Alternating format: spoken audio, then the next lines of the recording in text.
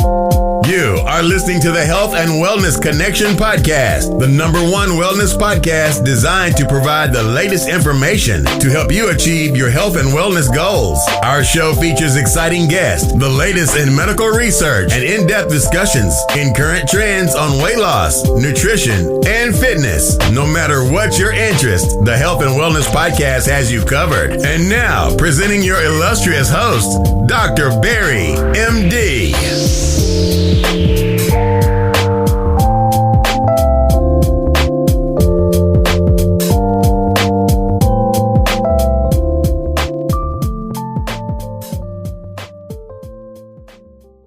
Hello, and welcome to the latest episode of the Health and Wellness Connection. It's your host, Dr. Barry, and I want to thank you for joining us today with what I hope will be a very entertaining episode, guys. So I want to keep you posted on, first off, where we are. We are, again, focused on bringing you the latest information regarding the health and wellness space.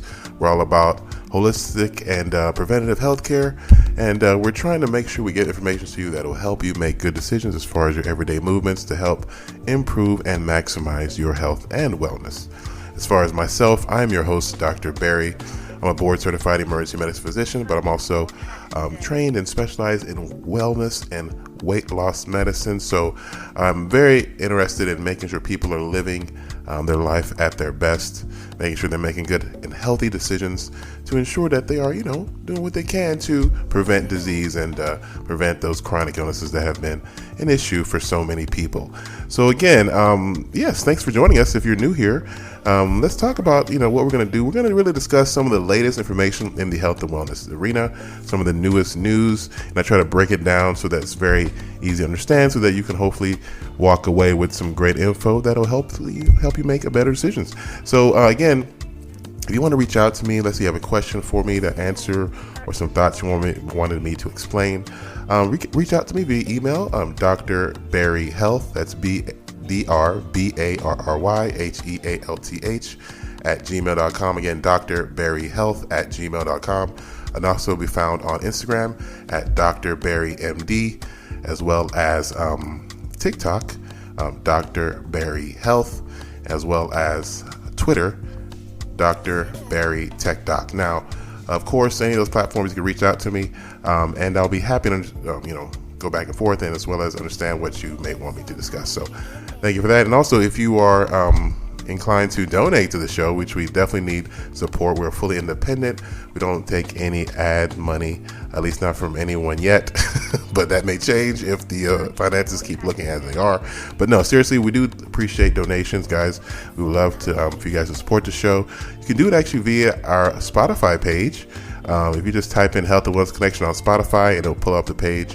You'll be able to see all of our previous shows, as well as, support the show. And also Cash App, we do accept as well at Dr. Barry Health on Cash App. So again, now let's talk about some of the latest issues and things that caught my eye regarding the health and wellness space. Now, I think the first and biggest story was the recent decision by the Justice Department to reschedule cannabis as a lower risk drug. Now, this has been something that has been, anticipated for many, many years. Many politicians have dangled this in the face of the citizens because we all know there's an overwhelming support in as far as removing the making cannabis decriminalized, meaning not putting people in jail behind the possession and use of it. Now, in a recent survey that came out stated that almost 70% of Americans do not agree with cannabis criminalization. Now, of course, we know that the system here is very complex in the United States. Laws are not really determined by the citizens. There's a lot of politicians, people who are big people in big places who may have been helping to, stymie or, restrain this movement so that people would not be able to enjoy decriminalized cannabis. But it seems like Joe Biden and the Democratic government is looking at bringing this to reality, actually. So let's talk about it. So first off, it seems like now previously cannabis was a Schedule 1 drug, which means that it was extremely dangerous, no potential benefit for human use, meaning it was extremely dangerous to consume, and also could be very bad for you to be found with this because it would result in criminal prosecution. Again, they're putting it on the same level of ecstasy or some other harmful drugs that are out there. And so this has been a contention for many people who support the use of cannabis. We talked here extensively about a lot of the medical benefits that cannabis can be associated with. And we're going to talk about those later as well. Some new articles have come up with that. But yes, so there's been a lot of people who have been, not happy with that class 1 designation for cannabis, feeling that it was done inappropriately and it's not accurate, as cannabis actually does have many medical uses, and they have been lobbying for that for many years. But finally, it looks like they have finally been heard, and it seems like starting on Tuesday of this last week in April, it looks as if it will be changed from a class 1 schedule 1 drug to a schedule 3. Schedule 3 means that there is some medicinal use but requires supervision, and it also allows for it to be sold legally by retailers and be recognized on a federal level. This really has big ramifications for how the federal government goes after people who deal in the cannabis trade. As you guys know, many states in the United States actually have already legalized cannabis. The problem is that on a federal level, because it was still illegal, there were many things that people who were engaged in the cannabis industry could not do, particularly using banks, filing taxes, other things that the federal government controls, that because they were dealing in a substance that was not legal, according to the federal government, it made it difficult for them to take part in some of the benefits that maybe business owners who are in other industries are enjoying. So this is actually very important as far as the cannabis economy, as well as the overall, buy and sell and usage of cannabis. Now, that being said, we all know that cannabis is not fully safe. There's definitely a lot of issues, especially when it comes to use with kids. So I think children definitely are still people who should not be allowed to have access to it, similar to tobacco and things like that. But however, I think there is a space for it as far as how it's used and consumed in the society, as well as how it's used in the medical front.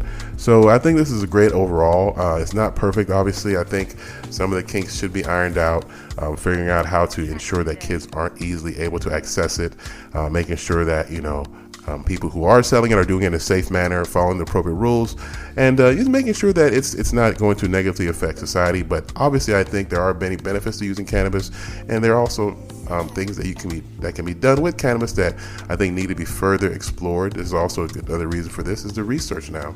The lack of research has been hurting, I think, the cannabis industry, and I think now that this is now it's on a Schedule 3 classification, people will now be able to access the drug for research purposes and actually answer some of these questions that many people have proposed as far as cannabis's usefulness in the past. So yeah, I think overall this is a great move, and I'm excited to see how this develops. And hopefully, we'll get more info regarding these developments as period progresses. But yes, let's see what's going on and how people respond. So yes, and also in regards to cannabis, there was a recent actual discussion that they had regarding cannabis's use in healthcare. This was done at the American College of Physicians recent conference, and they actually were able to identify and by the way, that organization is a group of doctors, internal medicine doctors, who are primary care doctors in the United States. So it's good to see them openly now discussing cannabis and its use on the medical side. And what they have identified as the main conditions that cannabis is actually helpful for include neuropathic pain, chemotherapy-induced nausea and vomiting, spasticity in people with multiple sclerosis, and yeah, those are the main ones. Now, that being said, I think they're being a bit specific, especially with spasticity and only multiple sclerosis. I think spasticity in general is something you do get benefits from with cannabis use, and and I think people also don't discuss the other aspects of cannabis administration, including balms and creams, especially if they're elderly population who do not smoke at all or cannot tolerate smoking. Creams and balms have been very effective for treating spasticity and muscle spasms. So ultimately, there are definitely a lot of things you can do, and this is something that you're seeing now that the physicians are discussing. And now when you see the laws changing, there'll probably be more avenues for people to prescribe these medications, and they'll be more available on a federal level. So ultimately, there's definitely a lot more research that needs to be done. It's something that the doctors at this convention have also stressed, that they're saying that some of the things that we've traditionally associated with cannabis use, including chronic pain management, there's not really clear evidence that it is beneficial, even though some would argue that they have seen it, on their own in their own practices, and they're strongly supporters of it. And I've seen it myself, so I know that definitely is something that I can confer that cannabis can be used for. But I think more research should be done to make sure it's more well fleshed out. All right, so moving on, another kind of way to help, I think, improve health that hasn't been fully explored is mental health and improving one's spiritual health. Actually, I should say not mental health, more spiritual health. And an interesting study came out of Brazil that looked at the benefits of spirituality in helping reduce blood pressure. And this is very, very interesting. I know a lot of times we will focus on taking a pill and doing this, but behavioral activities can be extremely effective in treating health conditions. And this study looked at that. So what they did was they looked at about 100 people. So a very small study. I mean, hard to really get a whole lot out of it, with 100 people involved. But I think we can just kind of talk about some of the potential, things that we're seeing here. And they found basically 100 people who were by the average age of 57. And they put them in two groups, right? One group had first off, everyone had an overall consultation on eating right and how to, activity levels and how to monitor your blood pressure and all that stuff. So they gave them a good educative, session first. Then after the people left, they started sending one group daily messages on WhatsApp with positive messages like forgiveness, gratitude, purpose of life, optimism, just giving them good positive messages every day, like these positive affirmations, right? Every day gave them a message or two. The other group got nothing, right? So they just kind of had to do their own thing. Maybe they hopefully got a message from someone else, but no message was given to them, right? And so what they found was that those that, got those messages every day, right? Nothing else was done, just giving them messages. They had to do their own thing, take their meds, eat right, da-da-da-da. People who got those daily affirmation messages had an average drop in their systolic blood pressure of 7.6 millimeters mercury, which is like really good. Like if you can drop it, that's most a pill. If you can drop your pressure on average 7 to 10, that's a very effective pill. Now, unfortunately, people may need more than that. But the fact that you can just get positive daily affirmations and your pressure can reduce over time is pretty impressive. And something that that people say that, they don't understand how powerful this is. Like if you even reduce your salt intake, right? Let's say you're someone who has hypertension and then you start reducing your salt intake. You can actually reduce it on average about 5 or 6 millimeters. So it's not even as potent as this, this daily affirmation methods. It's crazy. Even say with exercise too, another 5 or 6.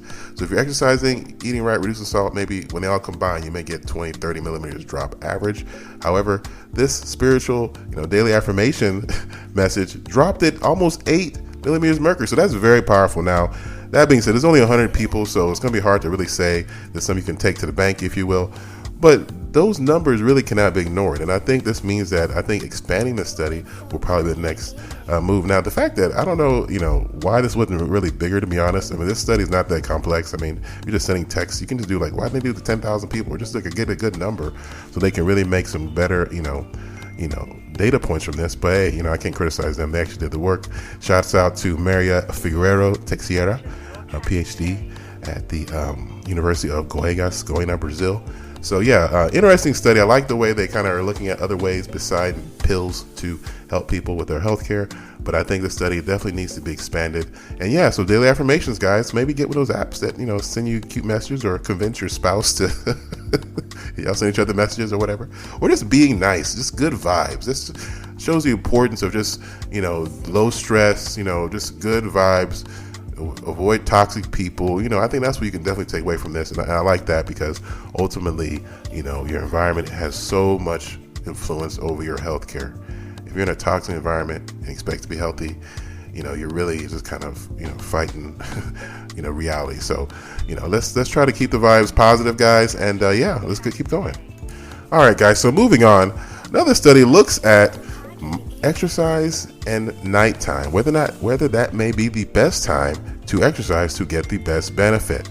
Let's talk about it. This one's very interesting too because people think just working out and you're good to go, and that's generally true.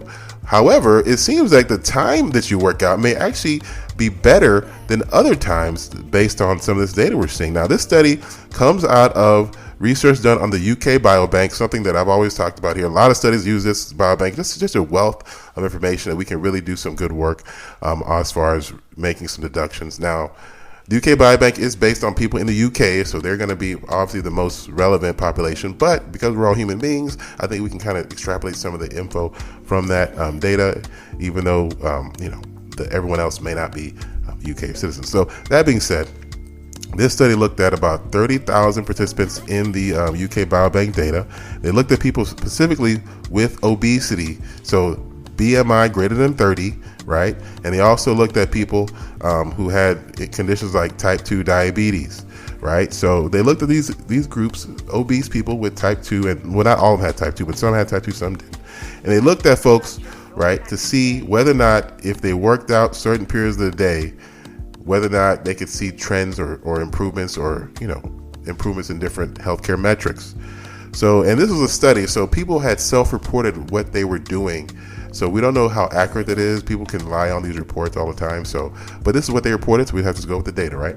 So basically, people fill out surveys and they self-reported when they were doing workouts, right? So the people, they found that people who worked out, again, at least about 3 minutes. So they were being very generous with the workout. 3-minute workout ain't really much, but if you worked out, doing about 3 minutes of intense activity, right? And you do it at, different levels. So people who did light workouts, moderate workouts, or vigorous workouts, and they were seeing if you did any of those things, worked out more than 3 minutes at a time, and you did it, you reported if you did in the morning or afternoon, right? So I guess they were following these people and they were reporting when they worked out typically, and they were seeing whether or not, how they did in the long term, right? So ultimately, and the period was from 2006 to 2010. So about a 4-year period.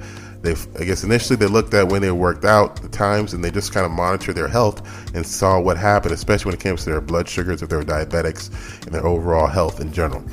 And so what they found was that people who were working out in the evening, right, tended to have the lowest risk of dying, right? So meaning that they were, less likely to have heart attacks and stuff, and things like strokes and things like that overall.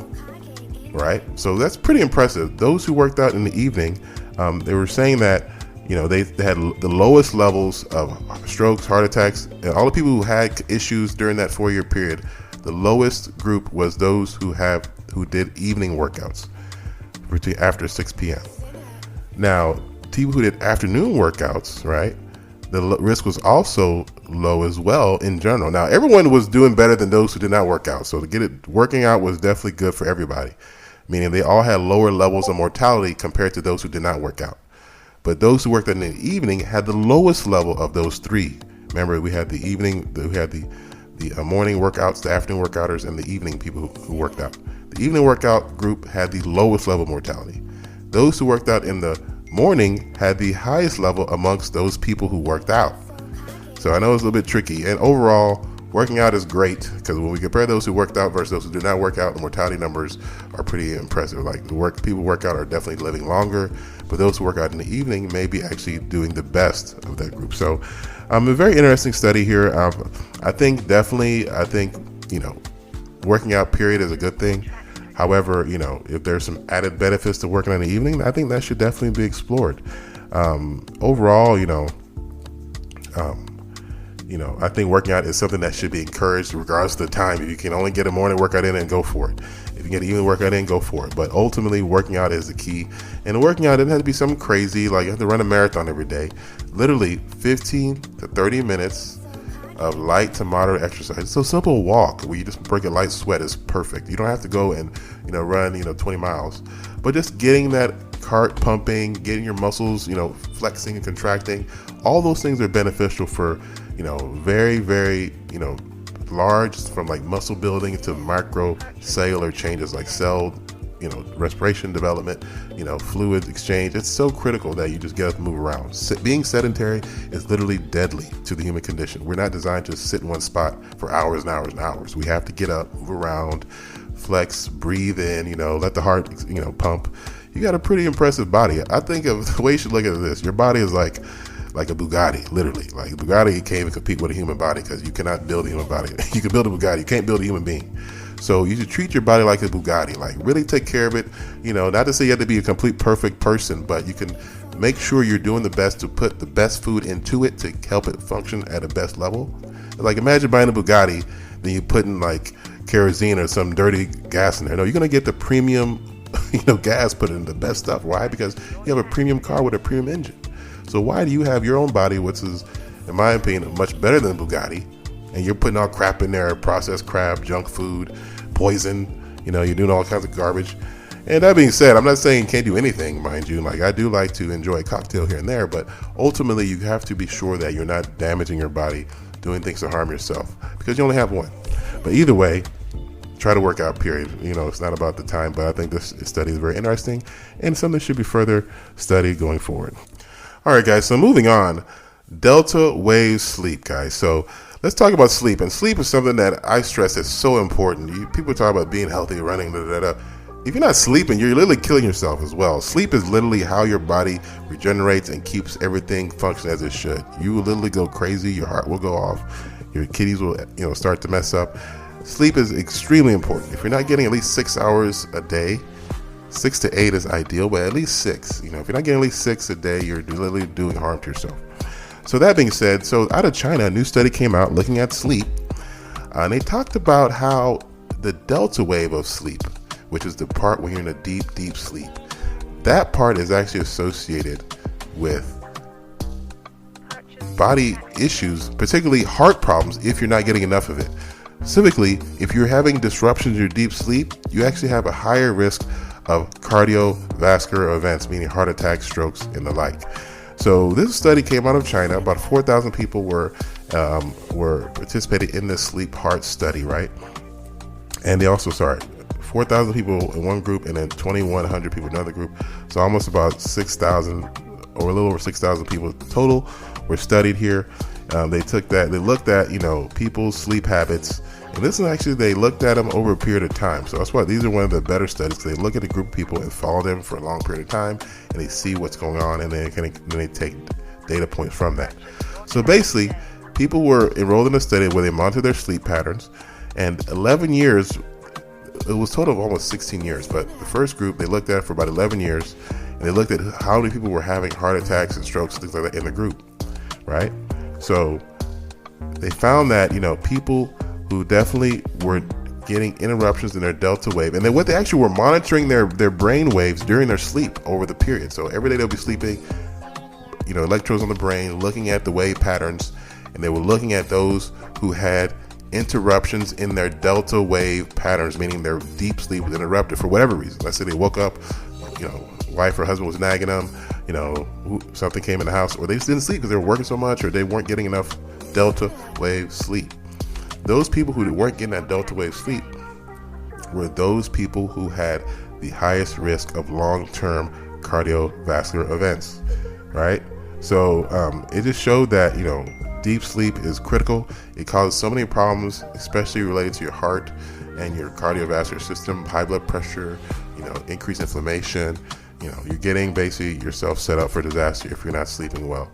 So I like the study. It was a really detailed study because they're actually looking at people, monitoring their brainwave patterns over time, and then seeing incidents that occurred in people who had certain patterns. In this case, people not getting deep sleep, more of them had heart attacks and strokes than the others. So guys, again, get your sleep, very important, and hopefully we'll get more information regarding sleep and other things as they come out.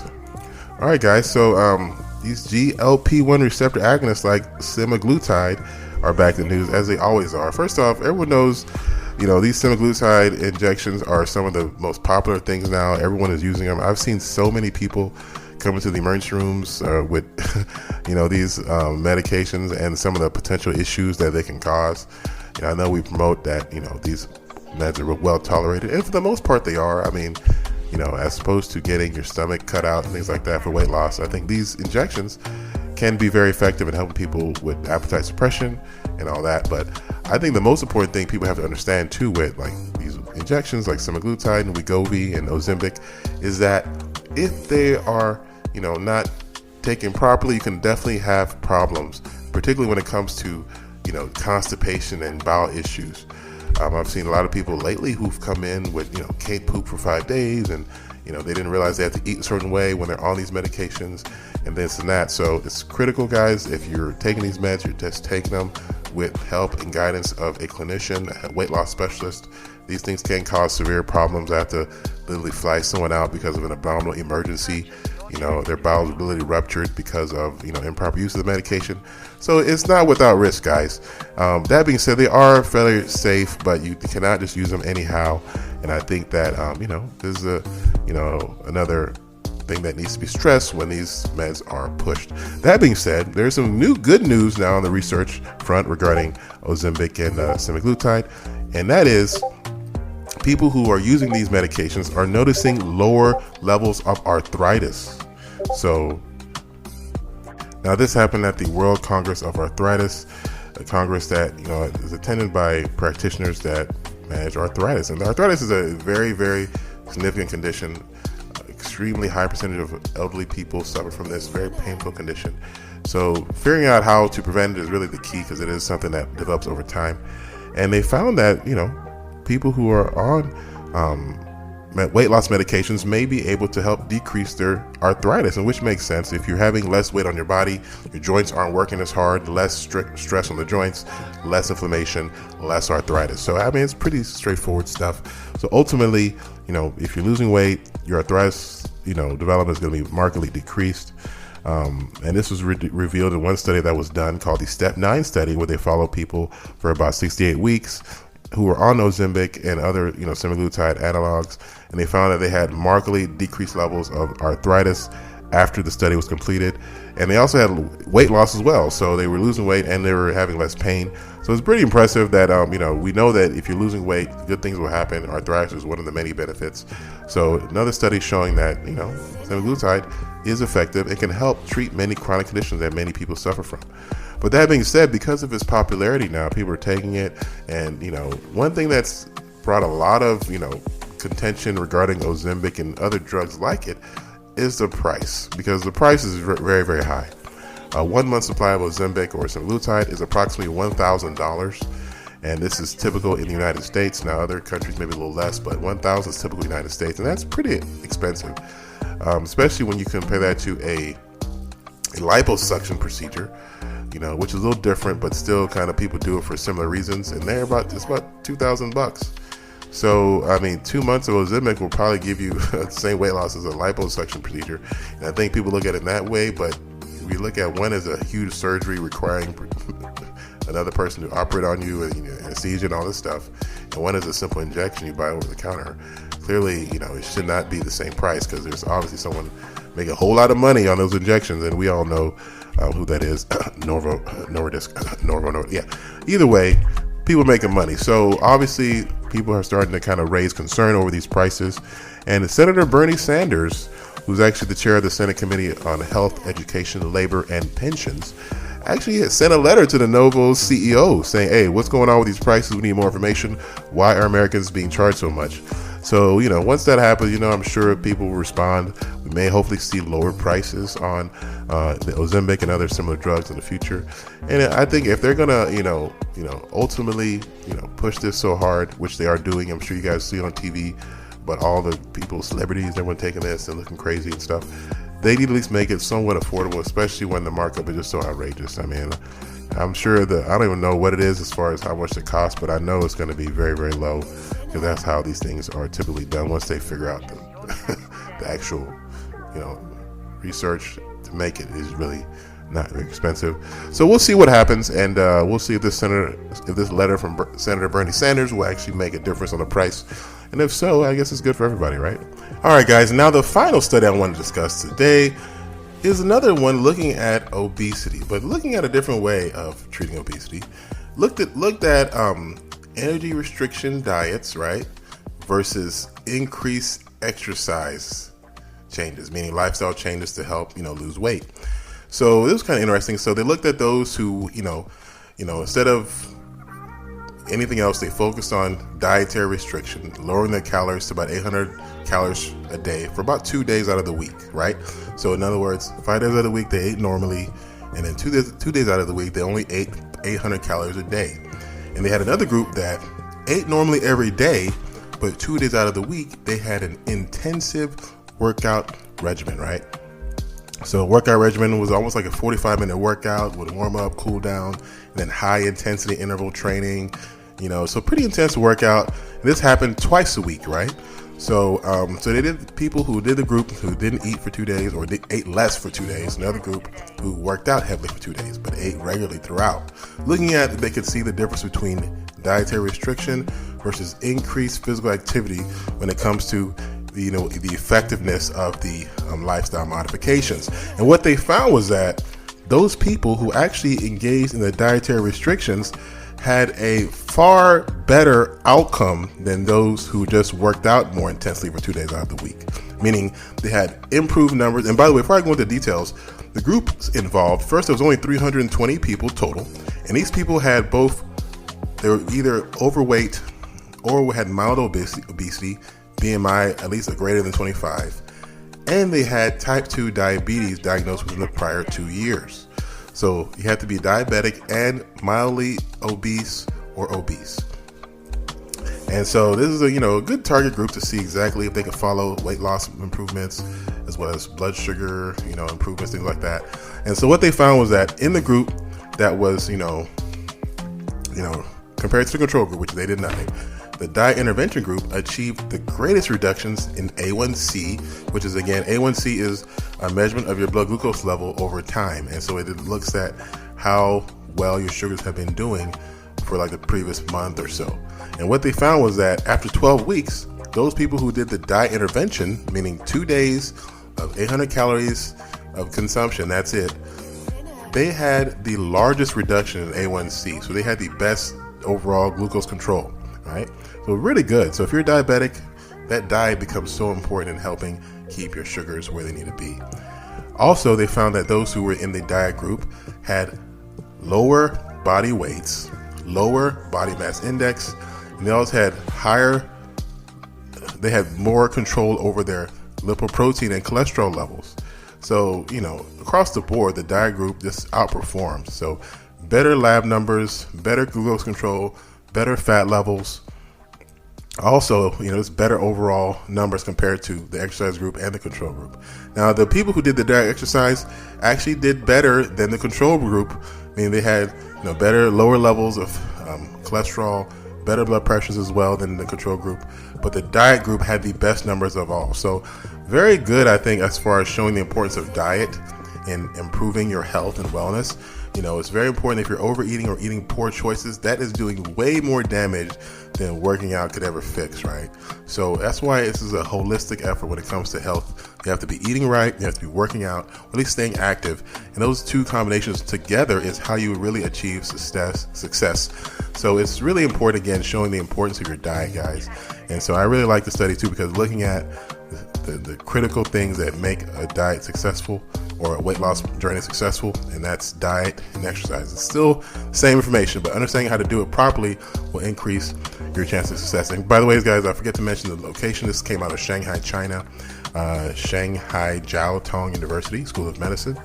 And the actual main researcher was Mian Lee. So I think this was, again, excellent study and a very ideal way to look at helping people get a better idea of what it takes to really be successful when it comes to weight loss and wellness. So, all right, guys, that is the last story of the day. Thank you so much for listening to the Health and Wellness Connection. Hopefully, you guys got some good info, and hopefully you can use it to apply to your everyday life. I appreciate you guys listening to the show. Again, my name is Dr. Barry, MD, host of the show, and I want to thank you for listening, and hopefully we'll see you again very, very soon. Again, guys, if you want to reach out to me, hit me on email, drbarryhealth@gmail.com. Same on TikTok. It's also on Instagram, it's Dr. Barry MD. So, guys, we are signing out. Any ideas for shows, topics, discussions, and even guest features, reach out. Peace. Thank you for listening to the Health and Wellness Connection podcast and radio show. For more information on ways to get healthy, please check us out. www.anchor.fm/HW Connection. Here you can re-listen to the show, check out older shows, and even further support the show by becoming a subscriber to the podcast. Please check us out today. Again, that's anchor.fm/HW Connection. And also, don't forget to follow Dr. Barry on Instagram at drbarrymd. Until next time, stay healthy.